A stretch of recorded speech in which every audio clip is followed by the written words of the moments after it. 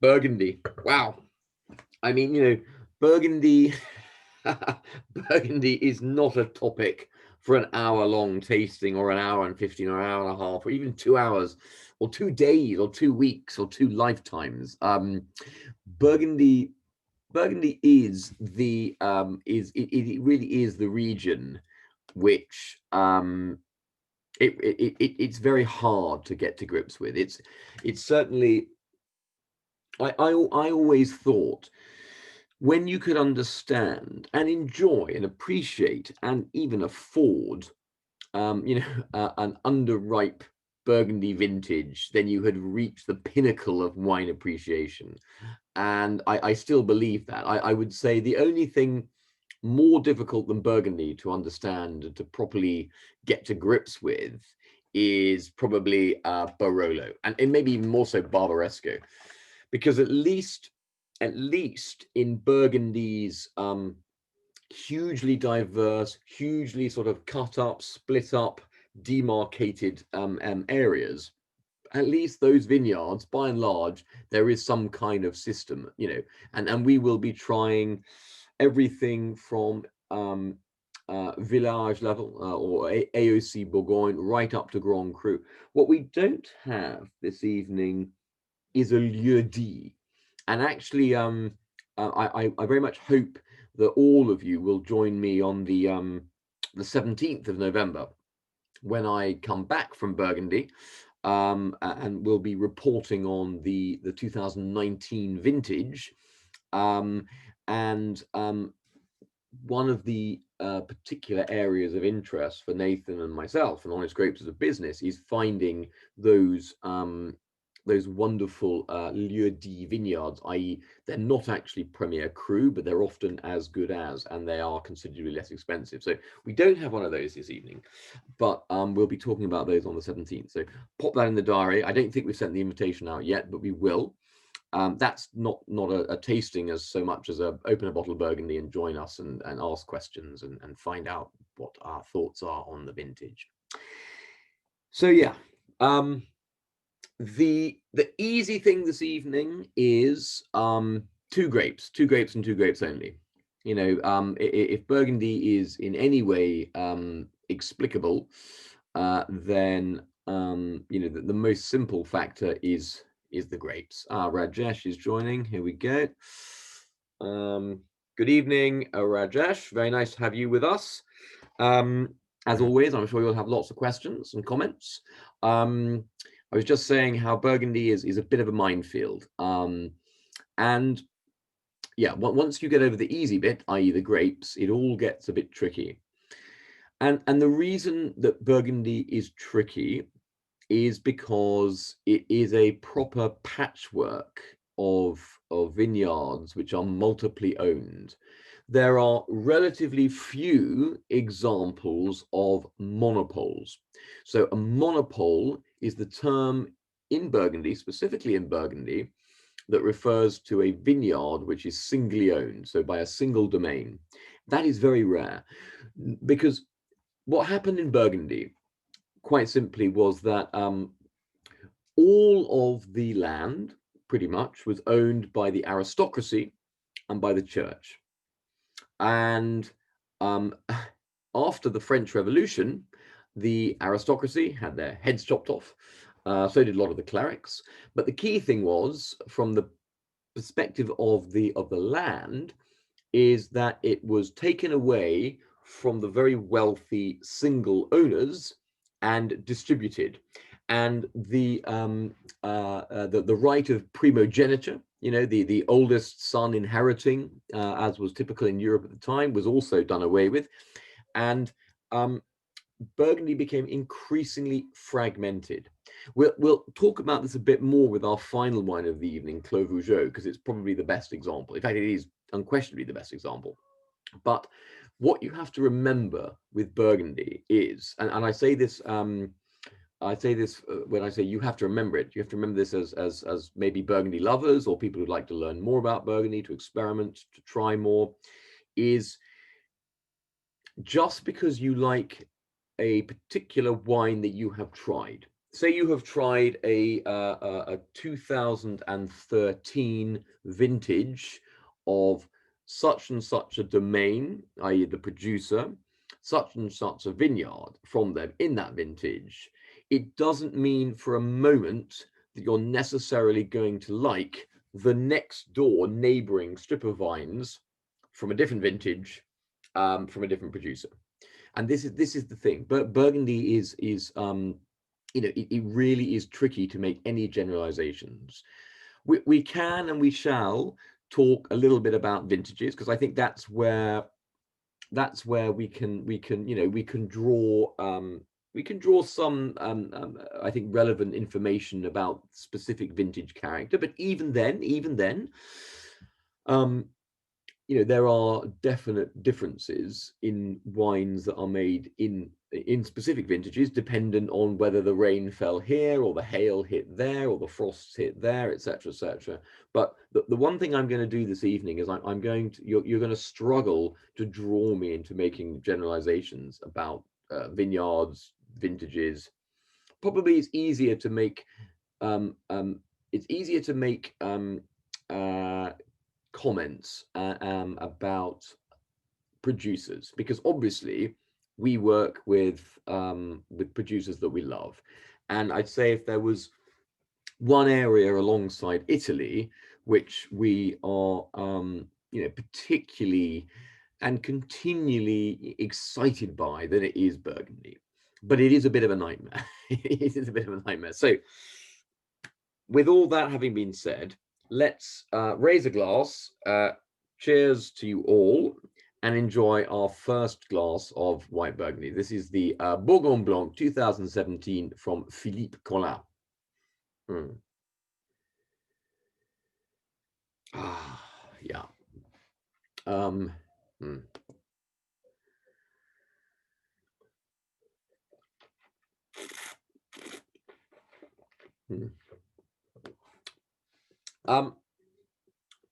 By the way, please please do ensure you're active on the chat function this evening, because there's so much that I could say about Burgundy, and I'm sure there'll be things that I don't cover, and they'll have lots and lots of questions and comments. So please, you know, any session we've done, you know, the chat is super important this evening.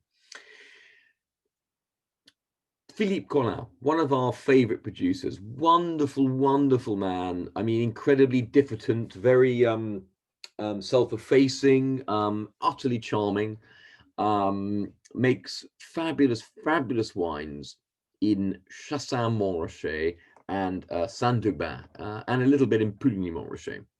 So let's unpack those terms a bit more for those who are less familiar with the vineyards. Montrachet is a Grand Cru vineyard, and it's the most famous white wine vineyard in the world. And the neighboring villages of Chassagne and Puligny, who are either side of this vineyard, they append the name of the most famous vineyard to their wines in order to appear and be more impressive.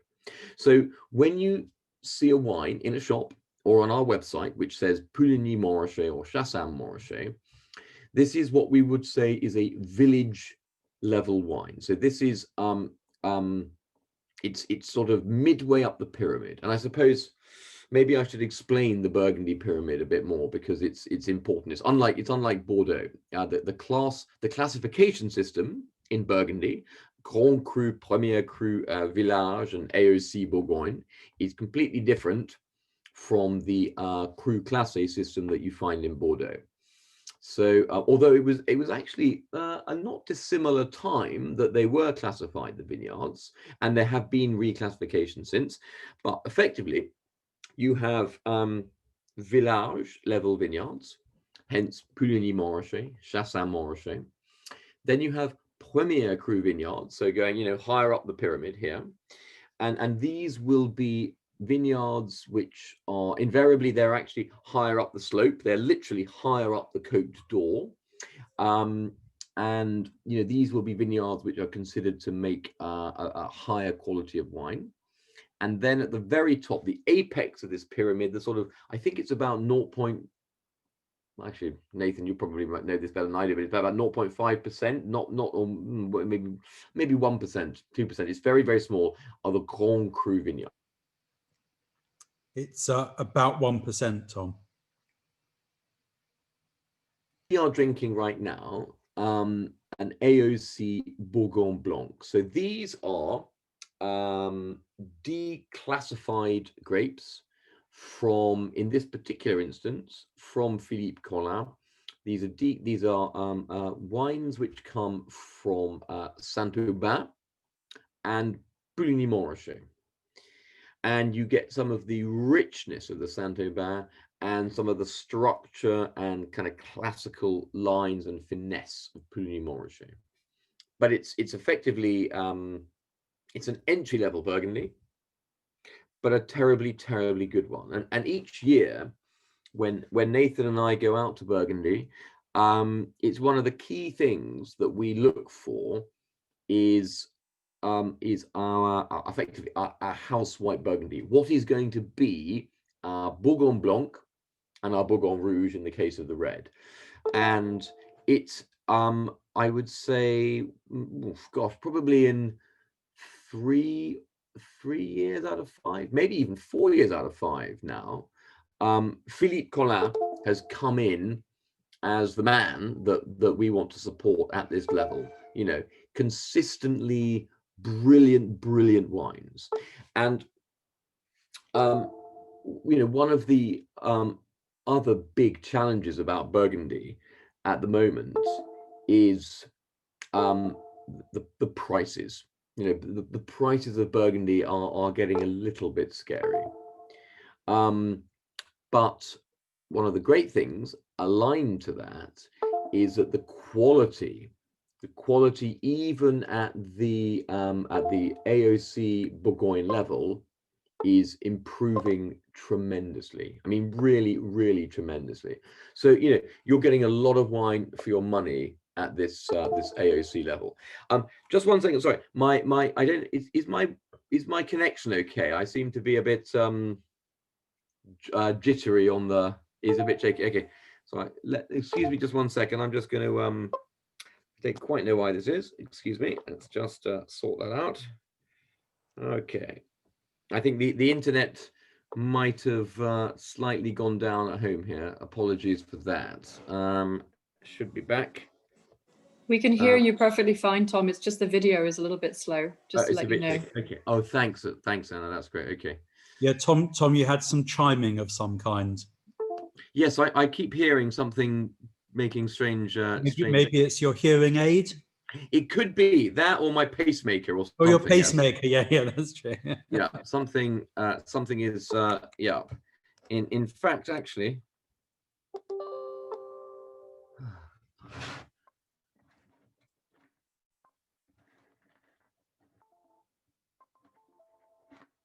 Sorry, everyone. Can you hear me, guys? Yes. Oh, I'm back. Sorry. Fine, Tom. Good. Sorry. There we go. Sorry. I seem to be back on the mainframe. Good. So so this is Philippe Collin's 2017 Bogon Blanc, which is made from declassified parcels in Puligny-Montrachet and Saint-Aubin. And I mean, have a good go on this. Have a proper smell, a proper taste. This is fabulous white Burgundy. Fabulous white Burgundy. Mm. Mm. Mm.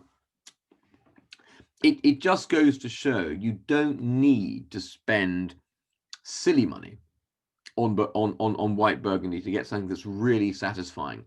This has wonderful varietal Chardonnay character, yes, but in Burgundy, I would say you never see it, but let's just say now it's rare.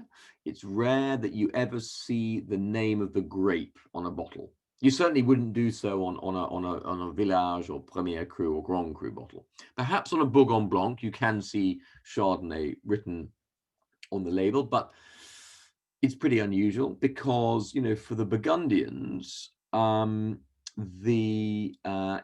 grape is nothing more than the vehicle for the expression of the terroir. And, you know, terroir is this gloriously ephemeral term which comes to its sort of zenith in Burgundy, as in either you taste terroir in Burgundy, or you just don't get it and you think the whole thing is nonsense, you know. But you know, Burgundians more than any other winemakers in France or anywhere else have an absolutely, you know, dyed in the wool, you know, cast iron belief in terroir. And the reason for this, and it's worth pointing out before we go on, and again, I'm probably ranting a bit or giving you lots of exposition, but you know, there's so much in Burgundy to unpack that I feel I should do my level best to do so as we go on. But you'll see behind me in my my background here, this is a part of the Côte d'Or, you know, so the golden slope. And this is what makes Burgundy so incredibly special. It's this glorious well, slope, effectively south-facing slope, which due to the geological compressions over millennia and millennia and millennia, ensure that as the roots of the vines penetrate deeper in and below the soil and into the bedrock, into all this limestone, for every sort of 10 centimeters that they go, the vines are going through about 10,000 years worth of geological strata. And the idea is that by doing so, the vines or the roots pick up in suspension, you know, trace elements of the minerals that are in those ancient bedrocks, which are then transported up through the vine and into the grapes, and that's what you're tasting. So when we talk about Burgundy, you know, we're not talking about Chardonnay, we're not talking about Pinot Noir. I mean, of course we are, but the producers will very rarely mention the grapes. You know, as I said, the grapes are the vehicle for the transmission of the terroir. So here we're drinking a Chardonnay, but actually what we're drinking is declassified Saint-Aubin and Puligny-Montrachet. So these would be the, you know, the young vine fruit, the grapes which they weren't allowed to put in either the Puligny or the Saint-Aubin, because you have kind of quotas of how much you're allowed to make from each vineyard in each particular vintage. So, you know, it's drinking really, really well now. 2017 as a vintage is one of the great vintages for whites in particular, although I have to say, and I know Nathan will agree with me here, it's actually a vintage for reds. If you really like Burgundy, then 2017 is a tremendous vintage on both colors, because it was a cooler year. And in previous tastings, and certainly in Bordeaux, which is coming up later, you know, we're finding more and more time spent talking about solar vintages, you know, the effect of global warming, climate change. You know, increasingly we're getting hot years in France and Italy. But 17 was quite a cool year, and that means you get wonderful definition, you get great focus and poise and elegance and minerality in both the reds and the whites. So certainly, you know, 2017 is alongside 2014 and potentially and slightly surprisingly 2020, although it was a very solar year, you know, could be classed as the greatest white Burgundy vintages of the decade. And I think you get that with this one. You definitely, you know, you definitely get a real finesse here. You get a real focus. You know, there's great kind of a balance. There's great balance between the acidity, between the fruit. It's yes, 54 Burgundies in the Sommelier selection. Yeah, you know, it is if Nathan and I are honest, we've probably got more Burgundies than we should have if we wanted to be, you know, entirely well, you know, represent the world equitably and equally, but you know, we just love Burgundy, so we can't really apologize for that. But Clemens Bush, Tom. Clemens yeah, Bush. of course, yeah, exactly. Yeah, exactly. So let's move on, because I think this will be really fascinating. Let's move on to the other 2017, also from Philippe Collin, but now we're leaping up several grades. So we'll do his Chassagne Montrachet Maltroit, Premier Cru, also 2017.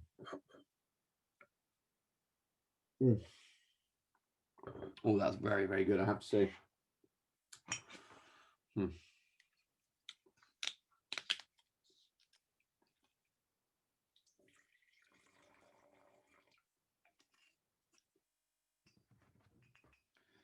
Okay.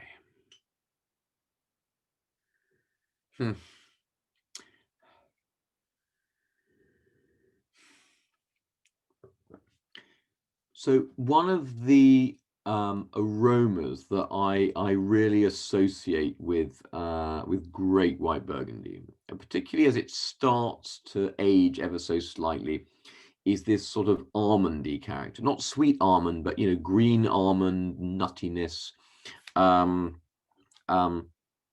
Perhaps a touch of praline there, but you know, and also these sort of notes of brioche, these notes of kind of brioche buns that start to come out. So we really rather love this vineyard.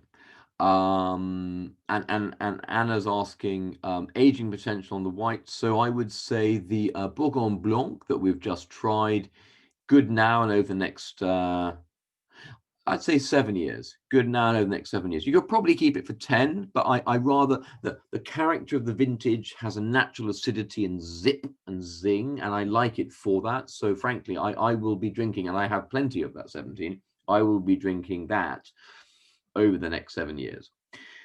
With regards to the Maltroit, which I also have a few cases of myself, I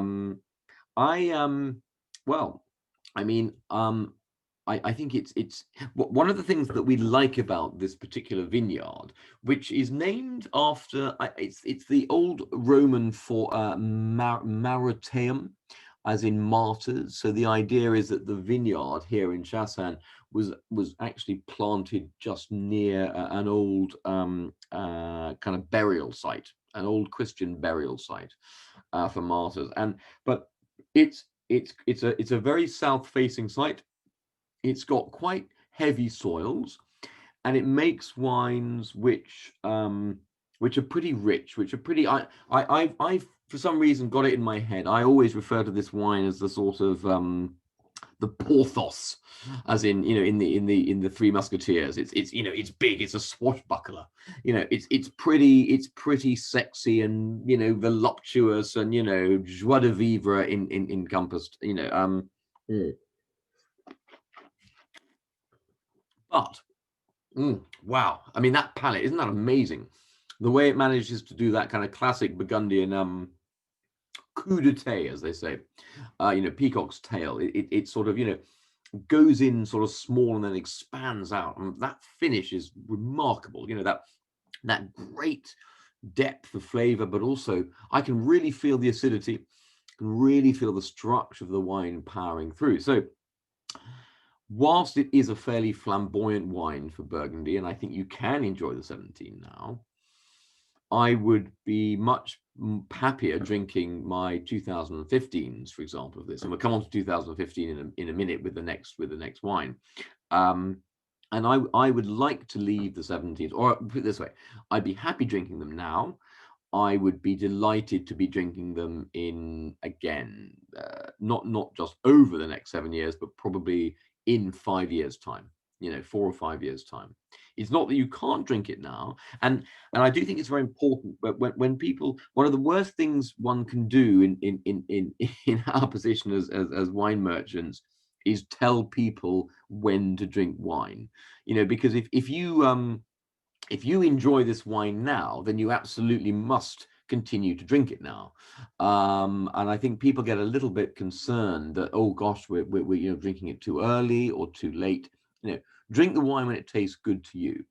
But I would add as a caveat, a wine of this quality will take on more depth. It will take on more character. It will take on more complexity over the next few years, and I will really look forward to revisiting my 2017 Maltroit in about 5 years' time, because I think right now what I get personally on my palate is I get the acidity, I get the structure, I get the real zing and zip, and I know that's the quality and caliber of the vintage, but it will flesh out. You will get a bit more kind of honeyed notes. You'll get more honeysuckle. You'll get more of the almondine, more of that brioche. It will fatten out. It'll rich up basically. So I think don't be afraid to keep these wines for 10 years plus. But certainly in my case, I'll probably revisit the 17 in 5 to 7 years. Although having said that, what's really interesting is how it's opening up in the glass, and hopefully you can notice that a little bit yourselves. It's properly it's definitely taking on a bit more richness. The fruit character is becoming a little bit riper and rounder and softer and warmer. One of the important asides I'll make now is with regards to serving temperature of Burgundy. So if there's ever a wine which you absolutely must not over chill, it's white Burgundy. And I mean, I'm looking at my red little test tubes here, and they are cooler than the white Burgundies. And that might sound somewhat bizarre, but as a rule of thumb, I try and drink and serve white Burgundies almost to the point where they're obviously not warm, but they are barely, the fridge, they're in the fridge for 20 minutes just to sort of make them ever so slightly lower than room temperature. But the thing with Burgundy is it's so bloody expensive. There's no point paying for it if you're not going to appreciate every last ounce of flavor and aroma. And the more you chill them down, the more you freeze those top notes off. So it's really good old white Burgundy that never sees the fridge. It's always from the as I remember a friend of mine in Burgundy said, it's served at castle temperature. It's from the cellar. In the chateau. It's in your chateau. It's straight from the chateau cellars. Never sees a fridge. It's pretty cool down there, but it's not cold. So, ideally, when people say, what temperatures should I serve my white Burgundy? Chateau temperature, chateau cellar temperature. So there we go. So all of you in your chateaus this evening, that's where you need to keep your white Burgundy. Keep it there. Don't put it in the fridge. Now, before we move on to the Chablis, because we're doing something that'll be quite different. Any kind of, I'm just want to checking. I'm on the chat here. Any comments or questions we have, or things I've missed out that sort of would be helpful? Please do go ahead. I think Tom, if I can interject on Puligny-Montrachet, Chassagne-Montrachet, and Meursault. I've been collecting. I'm a big lover of white Burgundy and been collecting it for many years. When I started, you'd have said Puligny-Montrachet was at the top, Chassagne-Montrachet next, and then Meursault, if you could put up with the brassy, over-oaked, buttery stuff. Now I think that's almost reversed, that Meursault has substantially moved forward, Chassagne-Montrachet from people like Philippe is outstanding. And Puligny is still good, but it hasn't advanced as much, and it's much harder to find modern production of Puligny that's as exciting, as exhilarating and thrilling. And then if you want to spend a bit less and you don't want to, go buy from these Montrachet or Meursault vineyards, then I think Montelly, Saint-Aubin, Saint-Romain, these are other names to look out for. And you'll find those on our list, because basically I'm a value buyer. Tom goes for all the big names. I go for price quality ratio. So, so I'm always looking for things. There's this side valley that goes off the Route Nationale 74 into Penon-Verglès whites, Montelly, and Saint-Romain. And where else did I say? Saint-Aubin, Saint-Aubin, Saint-Romain, Montelly and Montagny. And Penon-Verglès on the hill of Canton. So if you're looking for value, and we do have those on the list, but in terms of the big ones, Meursault, hugely up and coming, Chassagne-Montrachet, top of the tree. I'm not putting down Puligny at all. I'm just saying it's harder to find really exciting examples. Anna, to answer your question, the Chassagne-Maltroit we have just run out of. We will be doing, of course, I'm sure Tom will talk about it, the Burgundy 2019 en primeur, and I've included links to our remaining stocks of 2017 and 2018 on the chat. So do have a browse around there, because we have very small amounts, but a few odd cases available. Yeah, thank you, Nathan. I think that's it's so true, and it's what I sort of led off with earlier on this evening. Finding value in Burgundy is a struggle. It's a struggle for you as wine lovers. It's a struggle for us as wine buyers, and purveyors. And yet it can be done. The overall quality in Burgundy is better than it's ever been.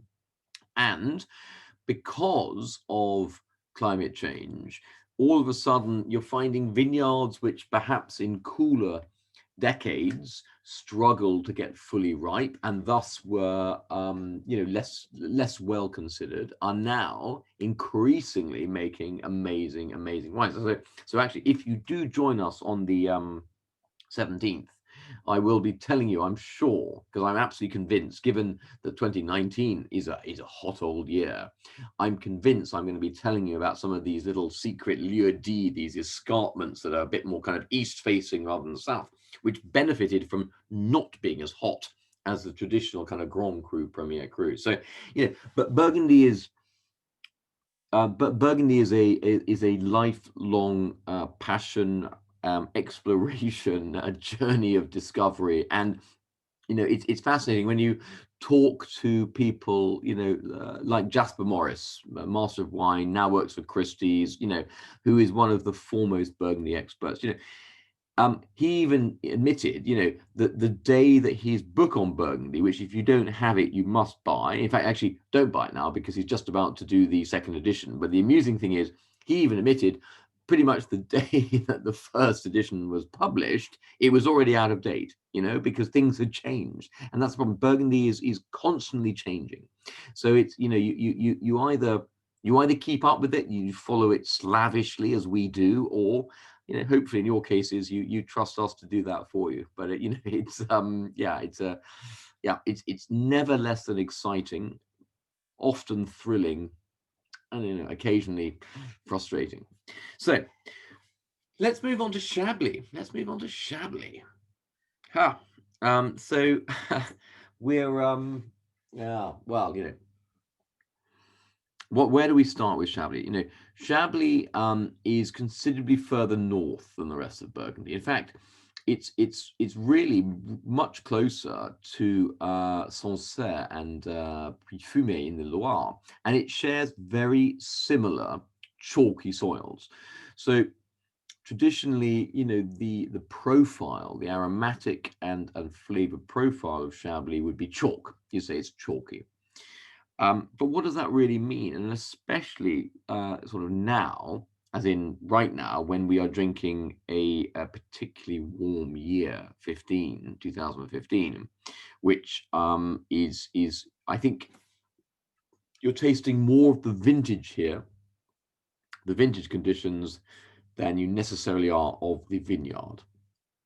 So Chablis for me, and I know for Nathan as well, has always been a bit of a challenge, because I think we've all grown up, or certainly, you know, anyone of my vintage or older has grown up, you know, knowing that Chablis is a fine wine. But the problem is Chablis has traded on its name for a very long time. So I have always said, and I will always say, Chablis is at once the most overrated and underrated of white Burgundies. The reason it's overrated is because the majority of production is by co-ops, by cooperatives. And, you know, it has a name and it sells in supermarkets for £12. You know, and the Chablis that you buy at that level is not bad wine. Believe me, I'm not saying it's bad wine, but it's not exciting. It's just not exciting wine. And yet, you know, the Brits, we as the Brits, we love Chablis. Chablis is the kind of go-to dry white alongside Sancerre, which we tend to know and love. And therefore, you get a lot of wines that have Chablis on the label, which, to be honest, are incredibly dull. I mean, they're incredibly dull wines. So that's the overrated bit. Now, the underrated bit is where I think we are with this particular wine. Is that, and I'm guilty of this. I don't drink or buy enough Chablis, because I think I'm even, but every time I have a good one, every time I have a good Chablis, I always say to myself, why do I not buy or drink more good Chablis? It's just crazy. And this is the thing. This is absolutely the thing, that Premier Cru or Grand Cru Chablis, as we are here, is absolutely insanely underpriced for the quality. I mean, it's ludicrous.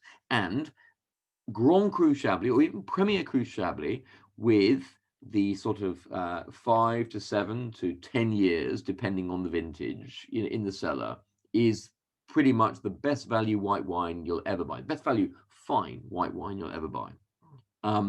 So I think, you know, as we turn to the Preuss here,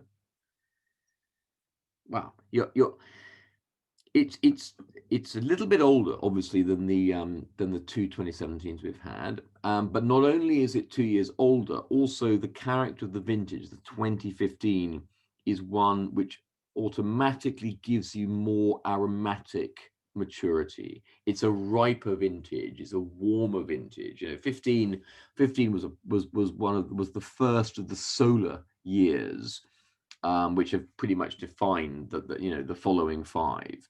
And you know, you get the warmth, but the nice thing is you get the warmth, but it's balanced by that sort of steely, well, okay, if not steely, but it's balanced by the natural chalky acidity that you associate with Chablis. So Preuss is one of the 7 Grand Cru vineyards in Chablis.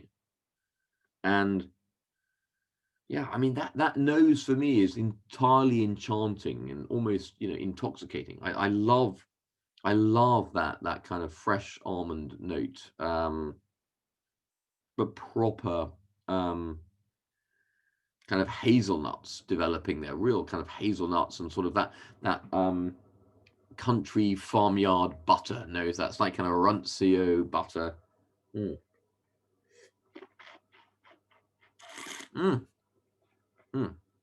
And then, and then it hits you on the palate. I mean, again, that wonderful acidity, that crispness, and that really kind of penetrating drive to the back of the palate. Super exciting. I think I'm just seeing on the chat here, I think it must be Nathan, definitely putting all the links. Well done.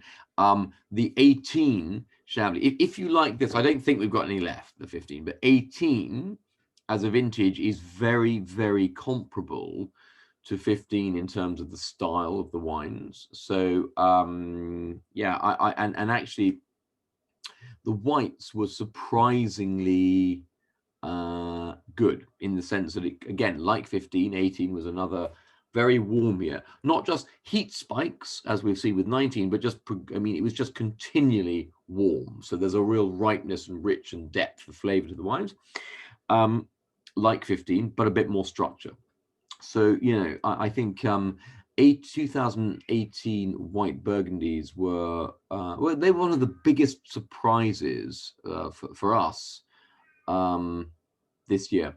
Well, we're tasting last year, but, you know, tasting again this year. You know, they are fabulous. So 18 white Burgundy, absolutely well worth looking at. And I think we, you know, it's fair to say they will last. They're probably not like long-term wines, but they're definitely kind of mid-term plus. So yeah. Okay, so we'll move on to reds. So I'm so conscious we've done 45 minutes and we've not moved on to red. So apologies. I did say I would meander with Burgundy. So you know, please just tell me to shut up and move on when you're bored. But yeah, let's move on to reds. Okay. Gosh, we've got a really good lineup here this evening, I have to say. So on to the oh yeah, we're on to the Condorvo 13.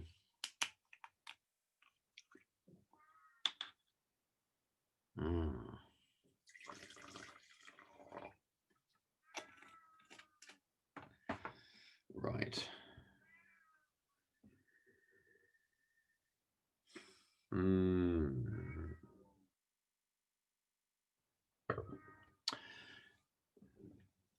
So Condorvo is a Premier Cru vineyard, which is one which, if you're not familiar with, you really need to be. You really need to be, because it's a classic example of an under the radar gem, in that it's basically Musigny Grand Cru. So taking us back a little bit to our Burgundy classification system thing, Burgundy at the top end is based around vineyards. Hence, we talked about Montrachet at the start, and I said that the neighboring villages appended the name of the top vineyards to their village to give their wines more credibility. So, you know, the great names in Burgundy are Chambertin, Musigny, Romanée, you know, La Romanée or Romani Conti, or, you know, and Musigny is, you know, the top Grand Cru vineyard in the Chambord-Musigny appellation. Now, Condorvo is the bit of Musigny, of that vineyard, which is not classified as Grand Cru. But the crazy thing is that over the years, first in 1899 and then again in 1989 and 29 before that, bits of this vineyard were reclassified as Grand Cru. So, you know, there is an argument that has been made before, and I think is well worth repeating, that you've got to remember that the owners of these vineyards typically were, and still are in some cases, not all, in some cases, you know, they're farmers. And if you own a Grand Cru vineyard, you pay more tax. As a result. So actually, they didn't want the bits of land that they owned to be classified up, because you end up paying more tax. Now, of course, in the long term, that ends up being a bit of a shame for a Burgundy domain, because you can charge a lot more for a Grand Cru than you can for a Premier Cru. However, it's bloody brilliant for you as wine, you know, consumers and wine lovers, and us as wine buyers, because, you know, you end up getting a wine which is basically a Grand Cru, but for the price of a Premier Cru. So, Julia, sorry, we are on the Chambord Musigny Condorvo 2013. So this is, you know, and in fact, this could be in years to come considered a Grand Cru. It just doesn't happen to be right now. One of the most fascinating tastings I have attended as a guest was the future and past Grand Crus of Burgundy. So, you know, those vineyards which were previously better known than they are now, and those which ought to be. And Condorvo is definitely one which, you know, in any serious reclassification of Burgundy would almost certainly be fired into Grand Cru position. It's just above Clos Vougeot, which we'll be coming on to in a bit, and it's right in the absolute epicenter, the absolute kind of heart of Burgundy. It really is. This is from a producer who we love. We love his wines. We love his forthrightness on vintages.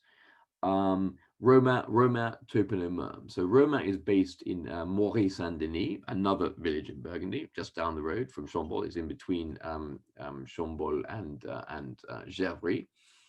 And Roma can always be relied upon to be very, very honest about what vineyards succeeded and which were less successful in a particular vintage. Can be very honest about the overall quality. You know, he doesn't gussy it up, he doesn't gloss it up. You know, he probably tells it how it is. So it's always a pleasure, you know, and important for us when we're looking at trying to understand a vintage in Burgundy, because he has vineyards across the Côte d'Or, across Côte Nuit. He really is able to give us a very, very good indication of you know, of the vintage. So now 2013.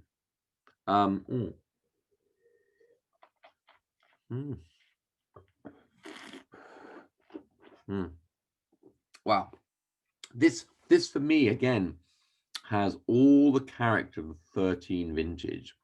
So 13 was again another cool year. And here you've got incredible transparency to the terroir. You've got absolute kind of precision. The tannins are sort of relatively soft. Well, they're not soft, but they're not spiky. The acidity is quite high. You've got this incredible energy, this incredible direction of the wine. It's very, very focused. It's very precise. It's not a generous wine. It's not a 13 is not a generous vintage. It's very, very precise and focused. It's a cool year, so you're not getting lots of ripe fruit. But to be honest, when you're getting up to this sort of level of quality in Burgundy, if you're still looking for ripe fruit, you're in the wrong country. Go to Oregon, basically, you know, or Santa Barbara. And I'm not saying that dismissively, because in fact, I was hosting a tasting today at lunch with an absolutely fabulous Santa Barbara Pinot. But, you know, if you want to taste, you know, this kind of, again, the finish here on this wine is still just reverberating around the back. You know, if you want to taste this kind of elegance and finesse and focus, then this is what Burgundy does very well. But, you know, 13 is not a generously fruited vintage. You know, it's lean and it's linear, lean and linear. So yeah. And it's rather fun that you're beginning to you're definitely beginning to get the sort of secondary and even tertiary notes. There's a little bit of that hay barn character coming in, you know, some kind of forest floor character. We're not onto the classic comment about old Burgundy is, you know, old Burgundy smells of merde. It does smell a bit shitty, a bit barnyardy, and it's a classic one. It's a classic one. It is this slightly dungy. Now we're not on there yet. We're not there yet with this, because it's still, there's a freshness there. But, you know, you are definitely noticing that the fruit character is becoming a touch more compote. It's a touch more kind of compote, bruised, burnished fruit character. But still, that nose for me is utterly intoxicating. It's you just get lost in it, frankly. That kind of, it's like wandering into an old forest at dawn. You know, that kind of that smell of the earth and the flora and fauna. Yeah, it's yeah, it peps me up. Tom, do you remember the 1919 Le Musigny we had in the club next to the Hospice de Beaune last year, this time last year? Yeah. 1919 and bright as a pin. Yeah. Yeah, and that's a very good point. So when Nathan and I were in Burgundy around about this time, or well, actually in a week's time last year, we were at a rather fabulous dinner where, because it was the 2019 vintage that was being sold at the Hospice de Beaune, and we should talk about that at some point because I'll be heading out to taste the 2020 vintage, and we still have a few shares, not very many left in our barrels of 2020. But the dinner itself referenced all the vintages with a 9 in from 19 back to 1919. And for those who think that Burgundy can't age, well, exactly as Nathan says, that Musigny will re-educate you in a very good way. Now we're going to move on to something I think a bit sexier, the De Monte Regimba 2011, another Premier Cru, and now we're in the Côte de Beaune rather than the Côte de Nuit. Now, I haven't dwelt really at all on the difference between the two because, again, I feel we could get horribly tied up forever talking about Burgundy in terms of its geography. But Burgundy in the kind of the core bit, the Côte d'Or, where we are in its entirety this evening, with the exception of Chablis, is split into two regions: the Côte de Beaune, which is also the Côte de Nuit, which is almost exclusively reds, and the Côte de Beaune, which is split probably 60-40 red, white red, and the top vineyards in the Côte de Beaune are Corton, which is a Grand Cru. It's the only Grand Cru in the Côte de Beaune. And this vineyard, this very specific vineyard, Rougiat in Pommard. So this is also the territory where you have Volnay, which is a particular favorite of mine and Nathan's too, I think. You know, great Volnay is wonderful red Burgundy. You tend to, gosh, I was going to say something terrible like if the left bank is the Côte de Nuit, then the right bank is the Côte de Beaune. I don't think that's a very good analogy. So let's not say that. But let's just say that Pommard and Volnay tend to be wines which are a little bit more upfront, a little bit more immediately engaging, as I believe this is. So yeah.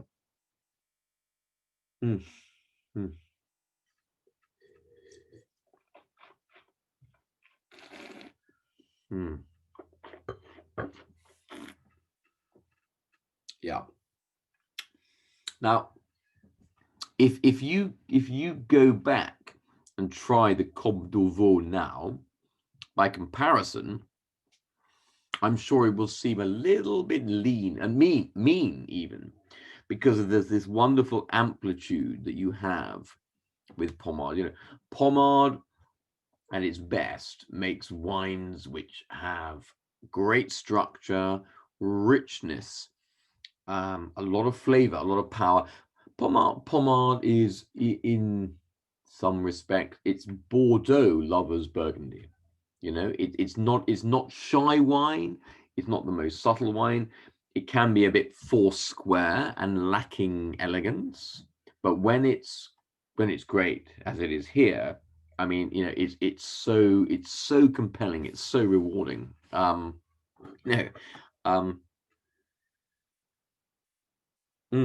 the vineyard, Rougiat, is named because the rouge bit is named because it's got quite sort of red clay based soil, which contains an awful lot of iron oxide. And I think you can taste that in this wine. You can actually taste that kind of ferrous quality in that wine. And our producer here, Domaine de Monti, our very, very dear friends, Etienne de Monti and his winemaker, Brian Siev, who is from Indianapolis. You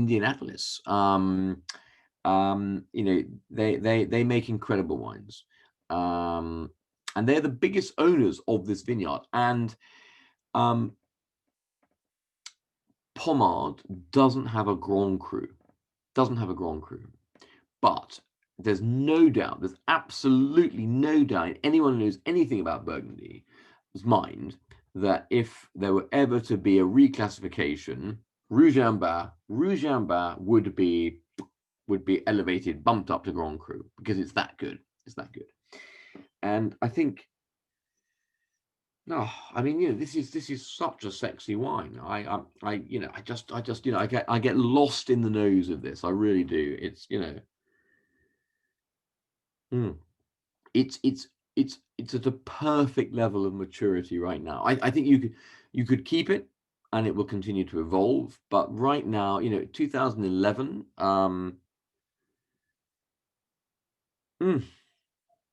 it's just a very easy to enjoy vintage. You've got the sort of relatively, you know, low alcohol, high acidity that you had in a vintage like 07, but now with age, the acidity has clearly softened. You're getting a little bit of that kind of toffee fudge character, you know, bruised strawberry. You know, it's just this.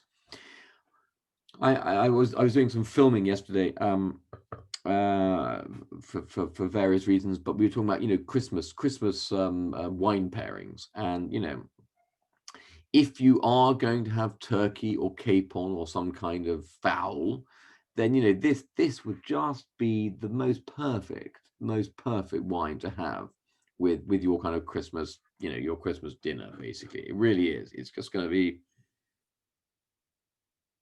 I have a little quote here from Jancis Robinson on this wine from this vintage, where she said, "Really rather sumptuous on the nose, lots of sweet fruit, unusual for 2011, then structured underneath, quite a standout." You know, that is pretty high praise from Jancis, because, you know, she's not known for hyperbole when it comes to her tasting notes, but she was obviously rather taken with this wine. And you know, I do think it's pretty delicious. I'm just checking the 12.5% alcohol. So you know, it's not, and it's probably less than that now. But yeah, it's got all that wonderful intensity without density. I think it's an absolute belter, and yet still freshness too on the nose. Tom, should we say something about the Auspice in 2019? And shall I do that? Please do. Guys, we've got just a few bottles of the 2011 left, and a few cases of 2012 and one case of 2016. So for this Regimba, and I have to say, Volnay Taipier, if you're in Volnay, and Regimba of Pommard are the absolute bee's knees of Bone Reds. Absolutely fantastic. And the producer for these is Etienne de Monti, his winemaker, very famous guy, Brian Siev. I can tell you the story of me when I used to work for Oxford Instruments, going to Indianapolis on business and getting drunk on blushed Zinfandel in Minneapolis on the way there. But that's a story for another evening. A couple of things. Tom and Clémence are off to Burgundy at the weekend. Blooming heck, I don't get there myself. It's the first year for ages I'm not going with Tom, and we're out there to get our 2019 Burgundies, which we'll very shortly be introducing, normally after Christmas. But look out, guys! It's the time if you're wanting to collect I've popped in a couple of notes about 2017s and 18s where we have tiny stocks left. But if you're interested in collecting Burgundy, it's a really big deal, marvelous fun. And how I got to know you, Tom, was Burgundy in Italy. On the Auspice, if any of you know about crowdfunding in investment terms, we go to the Hospice de Beaune, which is the famous charity auction of the Hospital of Beaune, where barrels of Burgundy are auctioned for charity. This year's auction is Sunday week, the 15th of November. As a special thing for our club members, we actually do crowdfunded barrels of Burgundy. We're doing 2 Premier Cru barrels, probably of Beaune or Volnay, on the red, a Premier Cru Meursault, we hope, depending on the auction. And we've even got somebody who wants to buy a half barrel of Echezeaux from the Côte de Nuit, and who's looking for somebody else who wants some more cases of Echezeaux. That's really, really posh stuff. If any of you are interested in joining our consortium, basically you can buy shares of 6, normally we say 24 bottles per share, but if any of you are interested, we can do it right down to 6 bottles. We've got very little left now because it's nearly full. If you're interested, hang back after Tom's finished and Tom and I can explain. But basically how it works is that you join the syndicate. Tom and I will be bidding for the wines on Sunday week. And then we share the barrels between the people in the consortium. And we've got a little bit of white left, a few cases of red left. And if you're really pushing the boat out and want some Echezeaux, you better get a mortgage, because that's going to be £600 a bottle. But the other, to manage your expectations, the others are around 110 pounds a bottle. So it ain't cheap, but it's fun. It's my wedding year, so I'm going to be stocking up on some, and these are 2020s just harvested. Anyway, back to you, Tom. Sorry to go on to the last one. Yeah, no, the hospice is, even though this year, the auction and the events around it, the Trois Glorieuses, the 3 days of events, will be rather, well, they won't happen because of the pandemic. It's still it's a bucket list for a lot of wine lovers, is to have their own Hospice de Beaune wines. And of course, buying a barrel of Burgundy is expensive. So the opportunity to buy cases from a barrel that we do is fun. So it's good fun. So do give it some thought, because the wines are going to be incredible, and it's just fun to be part of. So moving on to our final wine of the evening, the Clos Vougeot 2012. It's tasting really good, I have to say. It's it's on. Yeah, it's just it's why you fall in love with Burgundy when you smell this wine. You just put it in your mouth. You just smell it, like, my God, that's sexy. That's good. And Clos Vougeot, I think it's an important wine for us to finish on, because it's such an important vineyard. In the almost, I wouldn't say defines Burgundy, but you can't. Well, no, actually, yes, I think you can. I think you can say that. I think you can say that.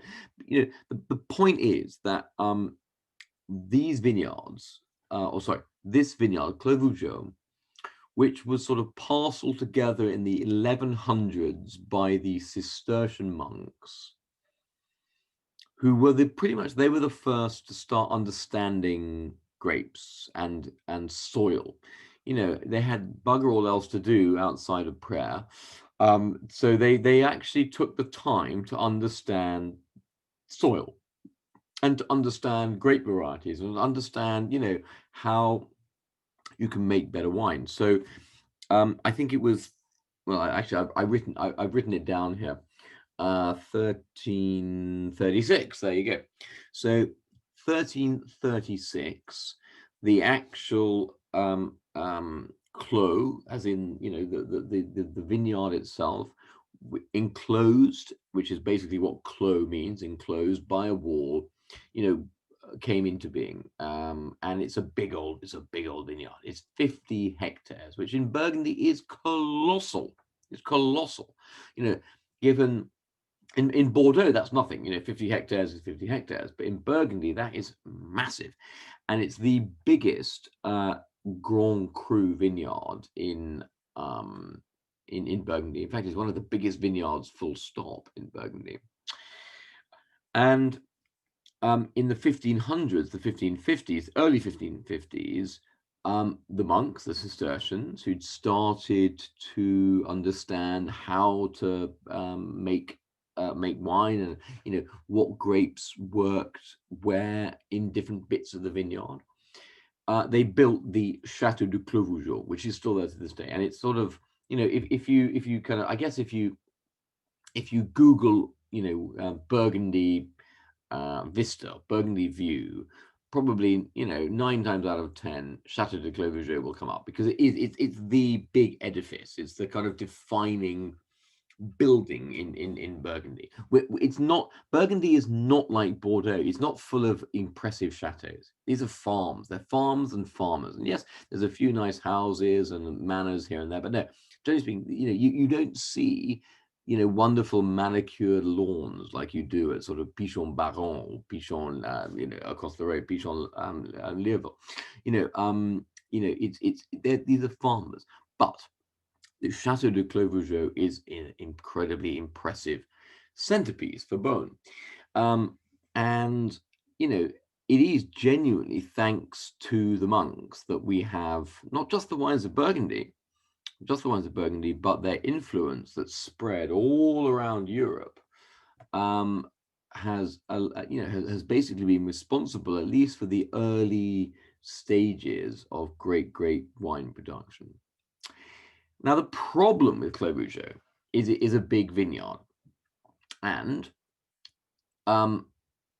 there are wines from Clos-Vougeot. And if I could give you one bit of advice tonight, apart from the other bits I told you must listen to, one bit of advice: be very, very wary of Clos-Vougeot, because it is a big vineyard and it is multiply owned. There are now 80 different vignerons own vines in Clos-Vougeot.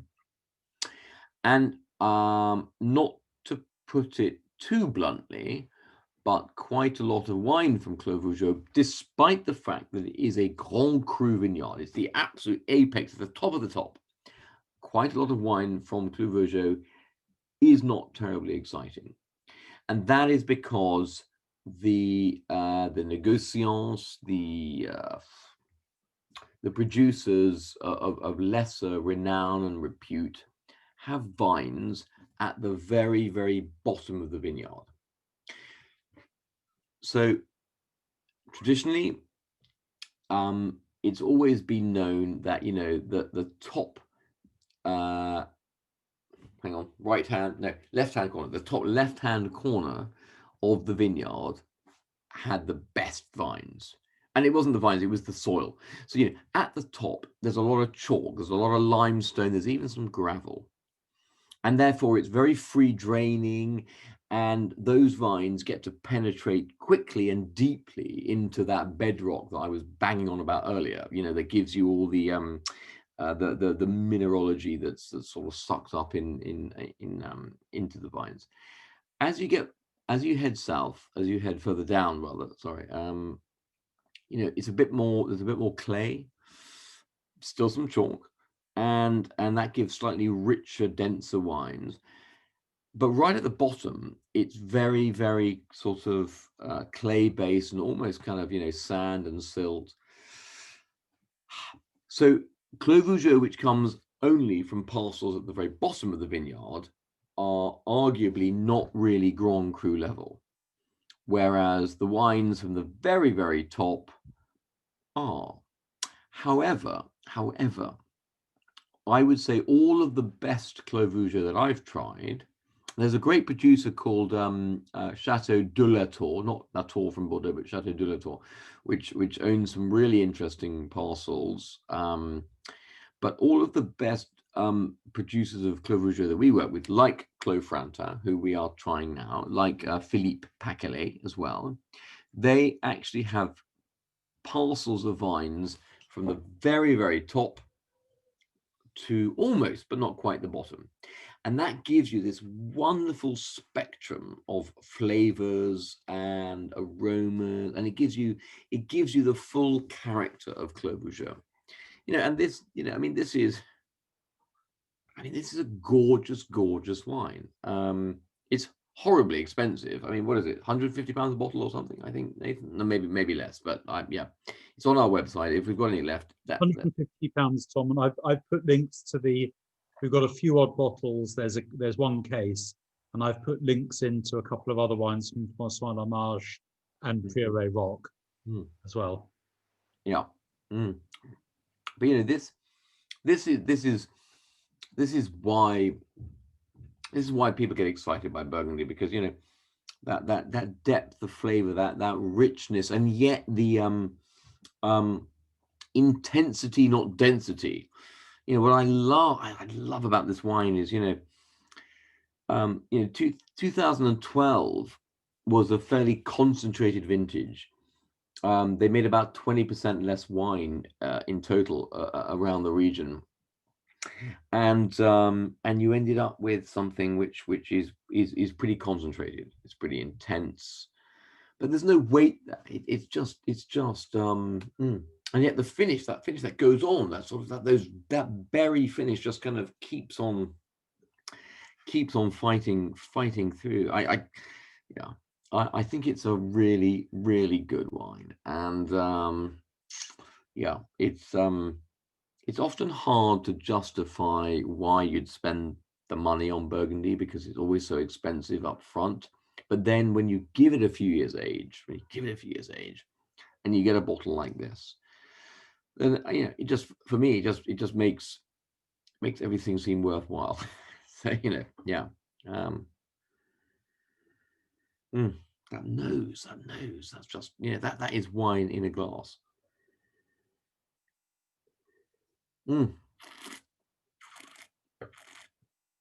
So, before I get too carried away, I'm just looking at the chat here, comments, questions. But I'm checking I haven't missed anything. So from Rajesh a little bit earlier, significant difference in the nose from the Zalto Burgundy glass versus general Riedel red glass. So this is the thing. I think Burgundy more than any other wine, white or red, not just benefits from, but actually needs proper glassware, because the wines are very subtle, and the complexities are pretty nuanced. So it really behooves you, especially when you spent all this money on the wine, to give it the very best chance to properly open up, to properly express itself, to give everything that's there. So yeah, I think don't be shy with your Burgundy. Put it in the biggest glass you have, red or white, and let it properly open up, for sure.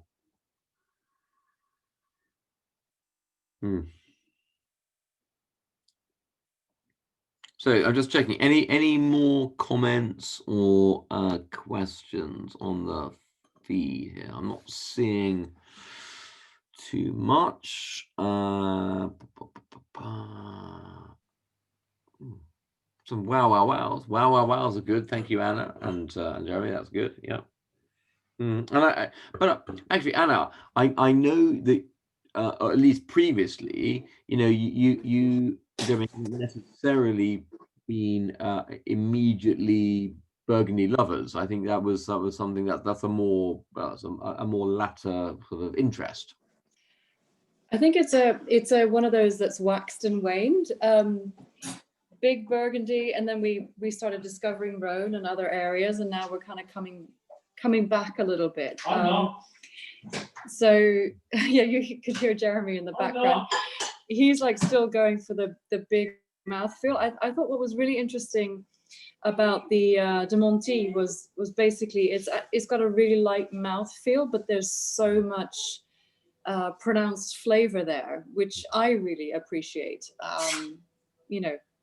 I think there were some beautiful wines tonight. I mean, I think if I were to rank them, oh, it's difficult. But I mean, the Philippe Collin Chazin Montrachet was that awesome white. Awesome. But equally, the Borgon Blanc was phenomenal value. So that's one you could just drink all day long, literally.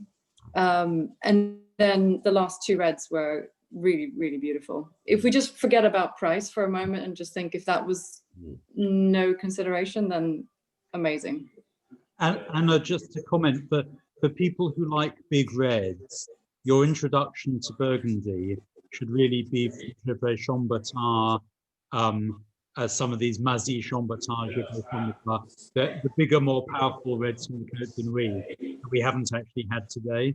Yeah. Burgundy has the problem of being ferociously complicated. Yeah. Why having the expertise of Tom and my own collection over many years is really helpful. But there's plenty of Burgundy you can drink if you're a big red lover. Yeah, no, for sure. I mean, Tom and I tend to go for the more elegant styles. I think that's our thing. But try a Dugat Pige de Chambertin and you'll be bowled over by the volume, the spice, the depth of it. Yeah. No, they're beautiful. It's so I think Nathan suggested I would wrap things up by talking a little bit about the 2019 vintage, which I'm going out next week, or at least I'm trying to go out, although I legally it's all fine. I have to fill in lots of forms. I have to obviously be very, very COVID conscious and protected and stuff. And one of my trains has just been cancelled, so I might be arriving very late in the day. But I think it's so important. It's so important to try Burgundy because I know it would be difficult to be as enthusiastic as I am about the wines that we've tried this evening had I not enjoyed them myself. And 2019 is going to be. I mean, I know from my limited tasting experience last year of the Hospice barrels that we tried, and from the early reports that I had from very, very trusted sources, 2019 is going to be an absolutely phenomenal Burgundy vintage. I mean, it's going to be small. We're hoping that it will be a sensible price, but it's definitely going to be a vintage which you want to reference in your wine racks, in your cellars, in your mouth, basically. I mean, this is not a vintage to miss out on. And I can honestly say, I personally bought ever so slightly less Burgundy from 2018 vintage, despite the fact I loved it because 18 is such a gorgeous vintage. I bought slightly less so that I could have funds in reserve to load up on 19, because I honestly think 19 is going to be incredible. It's as a good friend of mine, Bernard Hervé, who was the former director of Maison Bouchard and Faverly. He actually bought William Fèvre, the big Chablis guys, on board with them. He's one of the most sort of well-known and respected wine palates in Burgundy. He said he thinks 2019 it might just rival 1859, the greatest Burgundy vintage ever. So it was very, very quotable and rather fun. So I can't go that far right now, but I'm looking forward to reporting back in a few weeks' time on my initial thoughts on the vintage. So as I said, we'll send the invitations out for the 17th. Not a tasting like this. It's just rock up, open a bottle of Burgundy. We'll talk about the wines. Obviously, if you want to buy one of the wines you had this evening, perfect. But yeah, thank you as ever for joining us this evening. I hope you've enjoyed the wines. We'll do this again. We'll do this again soon. If anybody wants to hang back and chat about our Hospice auction or stuff, Tom, we can stay for a few more minutes. Absolutely, of course. Yeah, but anyone who needs to leave and go eat and get on with their day and the evening, then again, thank you for joining us. Join us again. We've got Bordeaux, old and new, in 2 weeks' time, and then some fortified wine action that Charlie will be hosting on the 26th, so which will be awesome. So yeah. So look forward to seeing you all again soon. Thank you. Thank you. Your passion shines through on this one, Tom. Yeah. That was a great tasting. Thank you. That's great. Very good. Thanks, Tom. Thank you, Jeremy. Cheers. And as ever, really appreciate your input too. So tell us about what you've got left on the barrels, and was this basically what you've got left from last time, or from what you're doing for this coming one? No. So shall I talk it through, Tom? Please. I come from an investment background, so I always like the idea of crowdfunding and sharing. Yeah. So last year, for the first time, we did a crowdfunded 3 barrels of Auspice Burgundy. It was 2 barrels of Pommard Premier Cru, which is a special cuvée called Les Dames de la Charité. Which is, by the way, Nathan, it's worth pointing out, it's like half Rougeat. So if you like the Rougeat, it's like that. Exactly. And then we did a barrel of white, which was a Meursault Gouraud. And then in the spring of this year, we did a crowdfunding of a barrel of Charme Chambertin from Jane Eyre. And we actually have 12 bottles of that left. So that's Charme Chambertin 2019 from Jane Eyre, which is, I think it's £1,700 in bond for the 12. But basically there was a barrel and there was just one left, and I underwrote it. And then we're doing the same thing again this year for the Auspice, so at the charity auction. And we have 2 barrels of red, 1 of red Premier Cru, 1 barrel of red Grand Cru, and 1 barrel of white Premier Cru. The way it works is that the share price is well, I'll give it to you per bottle because it's easier. But it's £100 a bottle for red and £120 a bottle for white. And it comes in, normally we tell people 24 bottles a share, but it's in 6s. So how it works is that we will probably get a Volnay or a Beaune Premier Cru on the red, and probably get a Meursault Premier Cru on the white, and probably get an Echezeaux Grand Cru on the red Grand Cru. Why I say probably is because I went to Christie's last week, the auctioneers, and did a tasting with Jasper Morris, Tim Tiptree and others.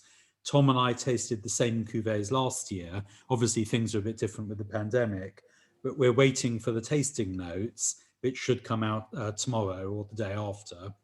And then people who join the consortium, you're up for £100 a bottle for the red, or 120 for the white, or 550 or whatever it is. Yes.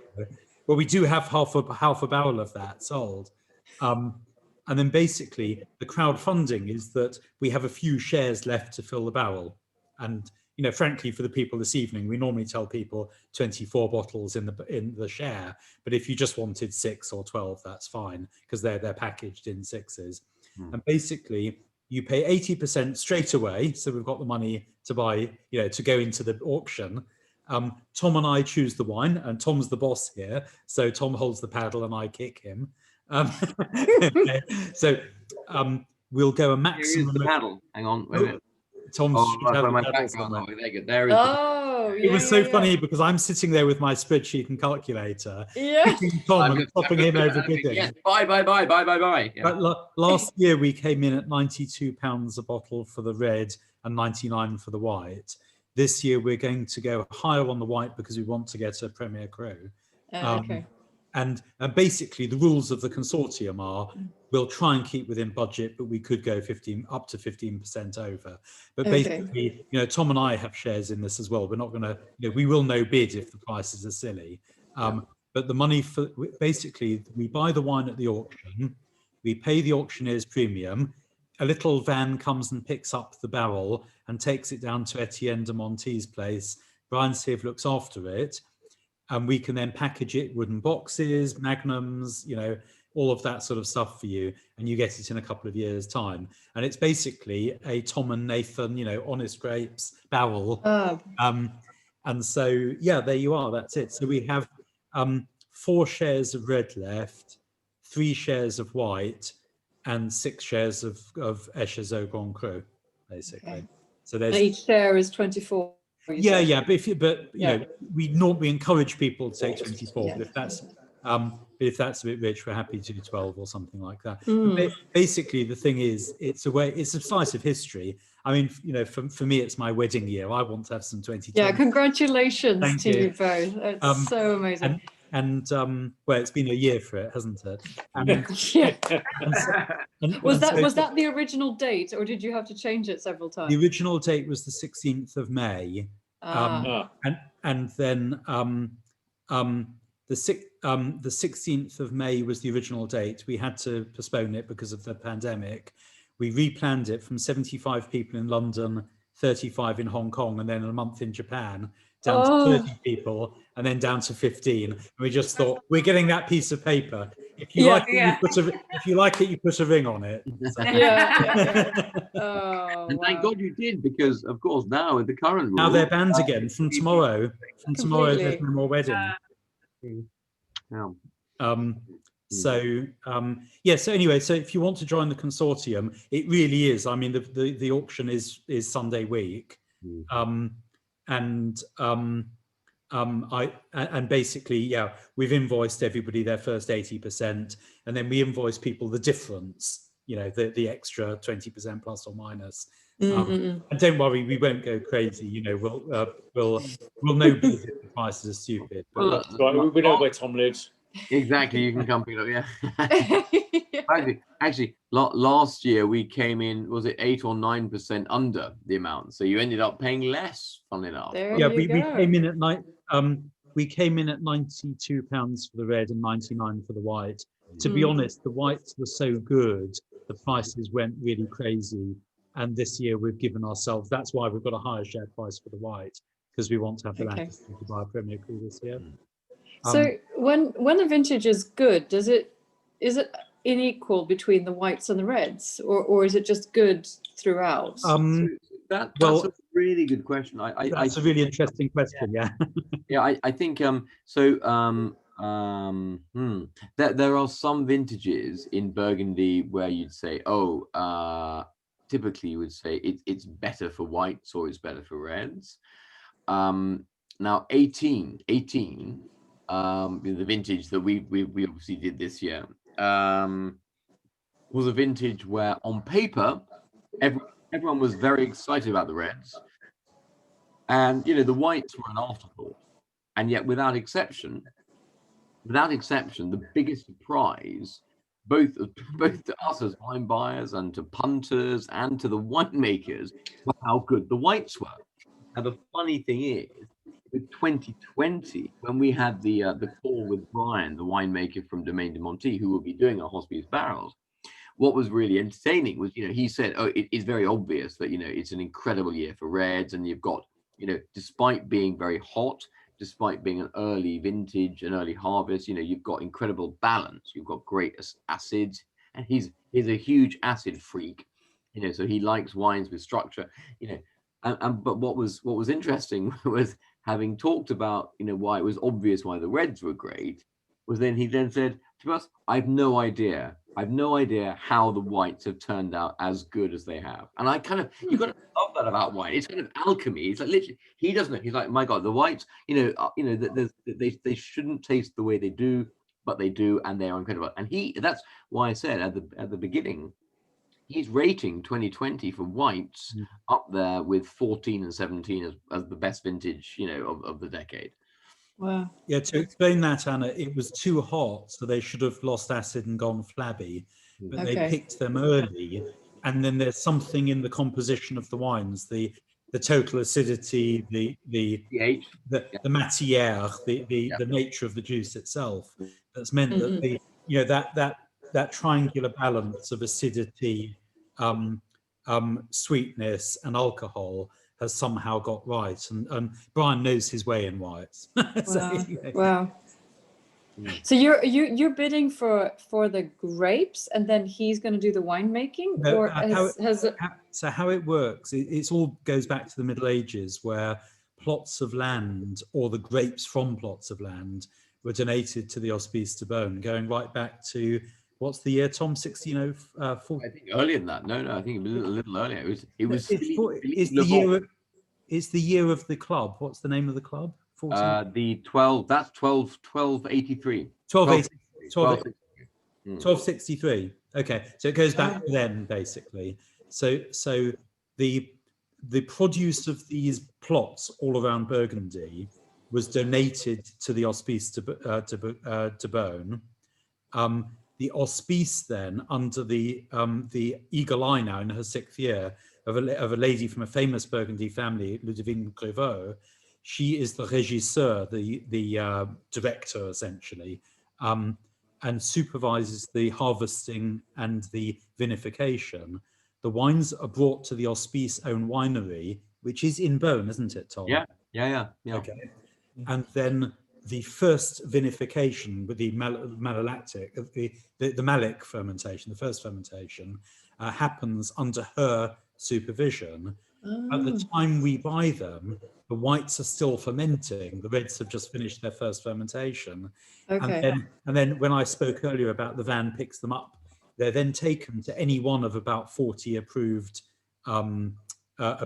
domains. We have 4 domains who are keen to work with Tom and me, and we've chosen Domaine de Monte. We might need to choose somebody different for the Grand Cru. There's various things about who has got the sort of style that's right for the wine. So definitely the Premier Cru White and the Premier Cru Red we're taking to Domaine de Monte. The Grand Cru, if we go for the Echezot, if we get it, because there's only 4 barrels to bid for, then we might take it somewhere else. We're just discussing with people. It all comes down to who's got the right winemaking style for the particular wine. And so I manage all of that together with Tom, basically. Fascinating. That's great. Fascinating. So what's called the élevage, the maturation of the wine? Yeah. From about, I think it's in January, the van comes to pick them up. So there's a couple of months left. The van picks them up, it's not a horse and cart, I'm afraid. It's not that romantic. Okay. That would be romantic. Takes it down to, it's Puligny, isn't it, Tom, the winery? Takes it down. Is it Puligny or the other one? No, Meursault. It's Meursault. Sorry, the kosher production is at Puligny Marrachet, and the Hospice production is at Meursault, because we're also doing kosher production with de Monte. And so it's taken down there, and then they look after it for the following 2 years, basically. And we come back to you at the time it gets bottled to say, would you like some special packaging? Do you want magnums, Jeroboams, wooden boxes, all of that. Oh, cool. Sort of thing, Anna, which even the empty bottles they're the sort of bottles that people keep on their shelf, because it's just it's a one-off thing, the wine. Yeah, and somebody might want to buy the barrel. You pay for the primary barrel from the Hospice. Okay. And I can do a deal to sell it to somebody, because it costs about £1,000 the barrel. Oh wow! So if we had an actual cellar, I would be asking you for that. Sadly, we don't.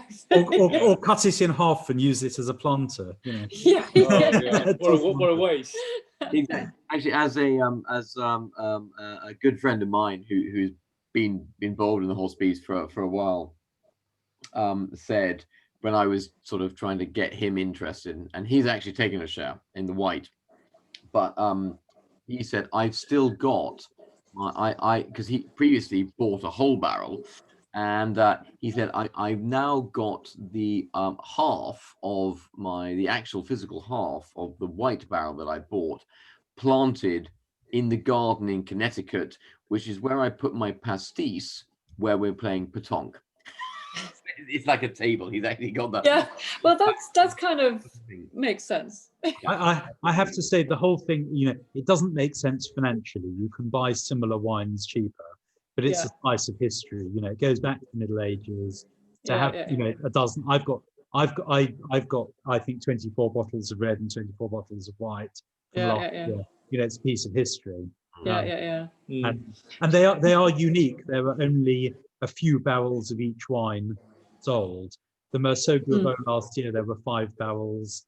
The Pommardin de la Charité, I think there were, well, don't quote me on this, I think there were 7 or something. Oh, okay. Which is though we're bidding for, there were 5, I think, 4 or 5. But and then not only are they unique, but you then take them to the régisseur who's going to do the élevage, in our case de Monti. And you know what was brilliant was so then that particular barrel then becomes even more unique, because it's now done by a particular person. Yeah. Is that wine with the élevage, the maturation done by and then, you know, when we had the call with the 2019 syndicate members a couple of weeks ago, that it was a genuine question. Was, look, Brian was saying, look, this is a vintage where I'm torn, as in we could put it in an older oak barrel and it will change the profile accordingly, or we can keep it in the new barrel and it will taste this way. It's up to you. And it was amazing having literally people on the call voting and, you know, saying actually yes. So you end up with a unique Burgundy. It couldn't be more personalized. I mean, yeah, fun. Yeah. Well, if you'd be willing to split a parcel of the red and a parcel of the white, then we'd be interested to take 12 of each. Yeah. Well, would you do that? Yeah, absolutely. Totally. Yeah. It's great. Yeah. In fact, you will take pretty much the last part of it. Sorry, Steve, were you saying something? No. Yeah, we'll take 12 of the white. Yeah. Oh, cheers. I didn't want 24, but 12 is a more manageable number. So 12 white, Steve, and 12 and 12, Anna. Yeah, and Jeremy, brilliant. Well, awesome. That's so cool. Jeremy, yeah. That's exciting. We're right near the end now. I think that's almost the end of the white. There's a bit of red left. So. Yeah. No, it's going to be it's just great fun, and we will obviously, what we intended to do with the previous syndicate members last year was do a bit of a trip out to Burgundy and go. Oh, that'd be brilliant. Yeah, of course we couldn't do that At some point. In the future, when one is allowed to travel beyond one's front door. Exactly. Yeah. Yes. Exactly. You know, as soon as we can, that's kind of part of the fun and games, is to let's go out and try the barrel. So you know. Oh, let's do that. Yeah. Oh, we'd love that. We'd love that. That'd be so much fun. We've had so many trips to France cancelled this year. Oh, We've gosh. got to get one in next year, Yeah. several We've had preferably. three trips cancelled, haven't we? Yeah. Yeah, totally. Well, absolutely. Well, we will. Normally, Tom and I troll around Burgundy in this week, next week in November, like the odd couple. But for various sort of personal reasons, it's actually Clemence who does our wine buying with Tom and myself, who's now already in Paris at the moment, and she's in between Paris and Poitiers. Is meeting up with Tom on Sunday. I get stuck. But having said that, I went to Christie's last Thursday to taste back vintages of the Hospice wines. Yeah, so you can't complain. Worse about them, so. And you got a whole load of Chablis, your favourite, the other day. Oh yes, yeah, that was so funny when we were doing Chablis, because famously you've actually tried more 2019 Burgundy in the bottle than I have. I had to taste. We were sent by one of our mates, you know, people we buy lots of wine from. We were sent all of their 2019 Chablis, and so Tom and I decided I would taste them since I don't drink Chablis. No, but we're in the same camp. It's like that constant sort of tussle. You know, I'm a Merceau Chassagne, you know, person, and when I'm feeling strapped for cash, I'll go to Penumbra, Glace, Montelly, Saint-Romain. Certainly not Chablis. Let's be fair, and I am trying to convince myself at the same time. I genuinely am, but I thought that 15 Preurs was tasting brilliant. That's great. That's good Burgundy. And to be fair, I mean, you can see my tasting notes on the site for the Chablis. These were the ones from the Domaine Long d'Apiqui. Objectively, the wines were good wines. I enjoyed tasting them. My personal style, and that's why Tom and I called it Honest Faith. I'm not going to be dishonest. The Chablis style of apple-y, you know, green apple, Yeah, Mm. I want the lusciousness. I want the bread. I also want leanness and precision, which is why I love the way that Merceau has gone away from big buttery over oak wines. Yeah. Towards a leanness and precision, but it's got more volume. It's always got more volume than Chablis. Although, you know, you're quite right on that, Prose has got that lovely green almondy, it's got a focus to it, a great precision. So as an intellectual exercise in wine, the Chablis 19s are superb. As wine that I'll have in my wine fridge or my own personal collection, not a hope in hell will a bottle of Chablis cross my balcony. Nathan, you can't So what say did you that. serve at your Smell wedding this then, stuff, Nathan? smell this stuff. At my wedding, what do you think? It was Clemens Bush? Clemens Bush. Yeah. There was Silvana from Ludwig Noll, Weingut am Stein. Oh. There was Barbera from Villa Sfarina. Oh, nice. The Rivalta, which was beautiful. And instead of champagne, we had the award-winning Whiston Rosé Brut 2014 vintage, English sparkling wine from West Sussex. In fact, the same village where my older brother lives, or just around the corner. Excellent. My older brother lives down on the South Downs. So yeah, those were my wedding wines. Nice. Very nice. Brilliant team. Well, look. And then Henri Giraud champagne when we got back. Perfect, excellent. I've got to go because I've got some pasta on the boil. Wonderful to see you all, Steve, Anna, Jeremy. Wonderfully delighted to have you as part of the Hospice Syndicate. And Rajesh as well. Thank you very much. I'll drop you a note. Similarly, yeah. If you want to get involved, do. We've got we have very few shares left, and in any case, hopefully we'll see you for Bordeaux in a couple of weeks. Yeah, lovely. Thank you very See you much. soon. Thanks, guys. Thanks. Have a wonderful evening. Cheers. Lovely to see you all. Bye-bye.